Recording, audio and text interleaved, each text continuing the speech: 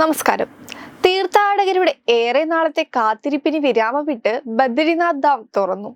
ആചാരങ്ങളോടെയും മന്ത്രാചരണങ്ങളോടുമാണ് ബദ്രിനാഥ് ധാം തുറന്നത്. 6 മാസത്തെ ഇടവേളയ്ക്ക് ശേഷമാണ് തീർത്ഥാടകർക്കായി ക്ഷേത്ര കവാടങ്ങൾ തുറന്നത്. ക്ഷേത്രത്തിലെ മുഖ്യ പുരോഹിതൻ, ബദരിനാഥ്, കേദാർനാഥ് ക്ഷേത്ര കമ്മിറ്റി ഭാരവാഹികൾ, തീർത്ഥാടകർ എന്നിവരുടെ സാന്നിധ്യത്തിലാണ് ചടങ്ങുകൾ നടന്നത്. ക്ഷേത്ര കവാടങ്ങൾ പൂക്കൾ കൊണ്ട് അലങ്കൃതമായിരുന്നു. മുഖ്യമന്ത്രി പുഷ്കർ സിംഗ് ധാമി ഭക്തർക്ക് ആശംസകളും അറിയിച്ചു. കഴിഞ്ഞ ദിവസമാണ് കേദാർനാഥ്, ഗംഗോത്രി, യമുനോത്രി ക്ഷേത്രങ്ങൾ തുറന്നത്. പുഷ്കർ സിംഗ് ധാമിയും ഭാര്യ ഗീതയും കേദാർനാഥ് ധാം തുറന്ന ചടങ്ങിൽ പങ്കെടുത്തിരുന്നു. രാജ്യത്തിന്റെ നാനാഭാഗത്തു നിന്ന് 10,000-കണക്കിന് തീർത്ഥാടകർ ക്ഷേത്രത്തിലെത്തി.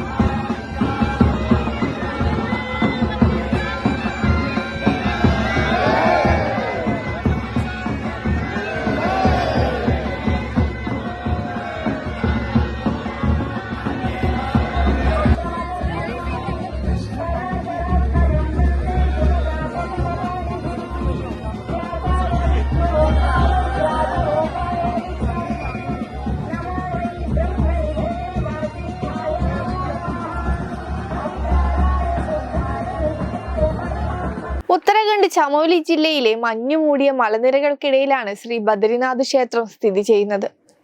ചാർധാം യാത്രയിൽ പങ്കെടുക്കുന്ന ഭക്തർക്ക് സുരക്ഷാ സംവിധാനങ്ങൾ ഉൾപ്പെടെ എല്ലാ സൗകര്യങ്ങളും ഒരുക്കിയിട്ടുണ്ട്. യമുനോത്രി, ഗംഗോത്രി, കേദാർനാഥ്, ബദ്രിനാഥ് എന്നീ 4 പുണ്യസ്ഥലങ്ങളിലേക്കുള്ള തീർത്ഥാടനമാണ് ചാർധാം യാത്ര. യമുനോത്രിയിൽ നിന്ന് ആരംഭിച്ച് ഗംഗോത്രിയിലേക്കും അവിടെ നിന്ന് കേദാർനാഥിലേക്കും ഒടുവിൽ ബദ്രിനാഥിൽ അവസാനിക്കുന്നതാണ് ഈ പുണ്യയാത്ര. റോഡ് മാർഗമോ വിമാനമാർഗമോ യാത്ര പൂർത്തിയാക്കാവുന്നതാണ്.